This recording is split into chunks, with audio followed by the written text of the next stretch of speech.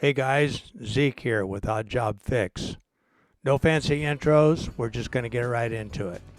How many times has your dog or someone's dog chewed on the edge of a piece of furniture? Well, that's what's happened here to the corner of this coffee table, which is a contemporary piece, but nevertheless it's going to require some repair, and we're going to use epoxy on this particular job. So I'm just going to take a moment here to mask off the areas that are not going to be affected by the repair. In this shot, you can see just how vicious this repair actually is. I'll add a little bit more paper here to protect that foot and the curvature below there, because I'm going to clean this with some acetone. Now, you don't know what people may have cleaned their furniture with, if they've used something like Pledge or anything containing silicones or whatever. It's going to inhibit any type of repair, no matter what you use. So it's got to be clean, and I guess you can see why I put that paper on there, because it's pretty sloppy. But I need to be liberal with this and make sure that I've got some good, clean, dry wood underneath there. So that's a lacquer finish, I believe, and by swiping it off there, it dulled the finish right now. So that paper is pretty important, or I'd be doing a lot more work. So what I'm doing is I'm cleaning up a finish nail here, just making sure it also isn't contaminated, a little steel wool. And I'm going to use 2 finish nails as stakes. Now what a stake is something that gives an anchor point to the epoxy repair that I'm going to do. So the epoxy will surround the head of the nail, which has been scratched up a little bit, and it's less likely to get knocked off if somebody bumps into it or something along those lines happens. So here I'm going to put that second nail in, and I use a straight edge there to make sure that they're not proud of the repair. Nothing worse than having a nail head sticking out when you're trying to sand something flush. Looks good. I'm going to bend this one over just a little bit, though, kind of create a little bit of a hook. All right, I've cut some electrical metal tubing here to use as forms. They fit the cove underneath this corner perfectly. It was just a stroke of luck. So there's a couple other pieces of metal, and I waxed all the pieces with some paste wax so that the epoxy would not stick, because epoxy has a tendency to glue everything together, metal to wood, plastic to wood, etc. Well, this is the epoxy, what some people call the Tootsie Roll. It's 2-part, and somehow those parts don't mingle. They're not separated by anything, but you knead it up very well, kneading as in kneading bread, and it has to be completely consistent with no streaks in it, and then you can form it just like clay. You've got about 5 minutes before this stuff starts to go off and it becomes difficult to work. But and temperature has a lot to do with that too. If you've got cold epoxy in a cold room, you may get a couple extra minutes out of it, and conversely, if it's 100 degrees outside, you better move. So I'll press these 2 pieces of metal tubing up underneath there to create that cove, and that's going to save me a lot of time trying to sculpt out that shape. Now I'll use those flat metal pieces to parallel the square edges there, and then just kind of push the putty down in behind them. Now, I discovered quite some time ago that soapy water aids the tooling process when you're working with epoxy.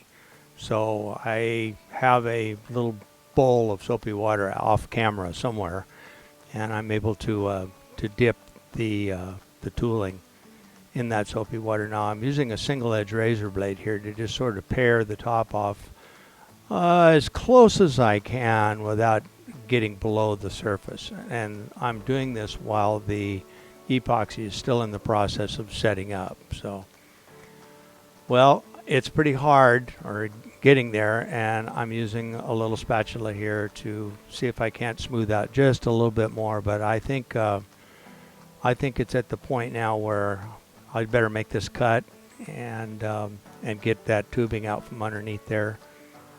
And next thing I'll be doing is filing and sanding it to shape. So those pop right off.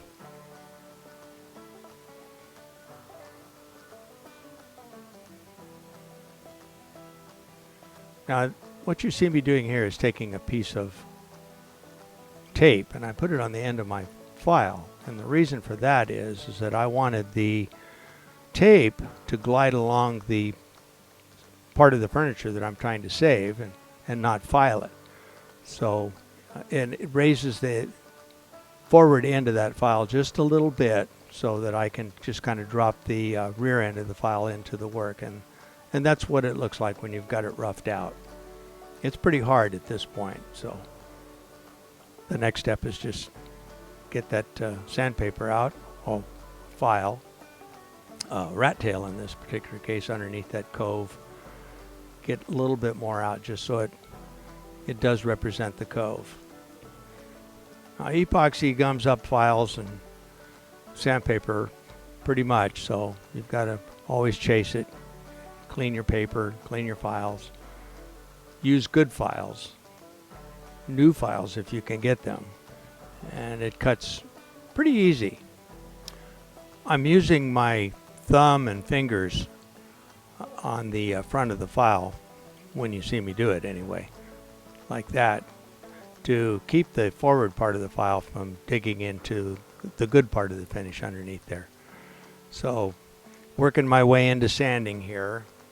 This is some 80 grit, and I'm going to round the corners just a little bit because, well, furniture just doesn't have real sharp edges. It needs to be a little bit eased, as they call it. So I'm going to go at it with some 80 and then some 120, and I'll finish up with 220 before getting into any staining. I'm going to begin the staining process here. Now, what you see in these little jars up in the top of the picture is nothing more than a little bit of shellac or lacquer, your choice, some powdered stain, and of course a small brush, and a little bit of thinner.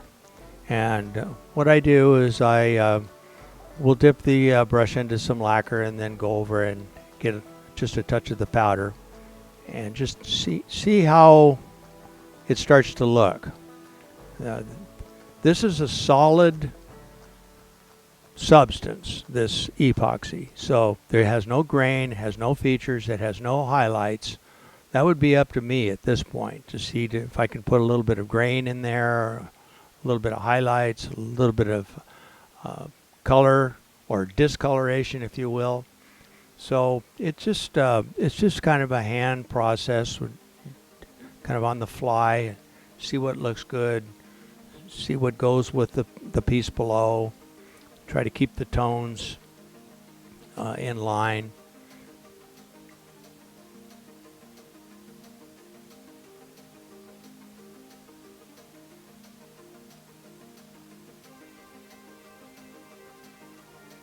I'm up on the top of the thing now, and of course there's a miter joint there, and as I just mentioned, the epoxy goes around the corner. It's just one solid piece, so I'm actually making a little bit of a mitered look by working that from the left and then to the right. And while I'm at it, I might as well put a little stroke here on this corner, which has gotten light through abuse, and just like that, that's done. And this is what it looks like before any top coats. This is just the stain drying.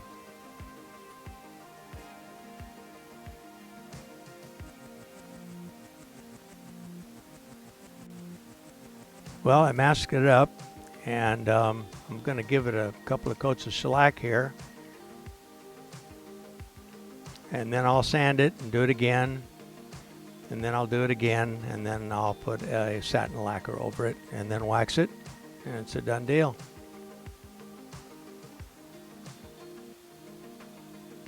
Thank you for watching another video from Odd Job Fix. I really appreciate it. If you found anything you liked about it, please give me a thumbs up. It's a young channel, and that's really something that helps us out. So I'll see you next time. Thanks again.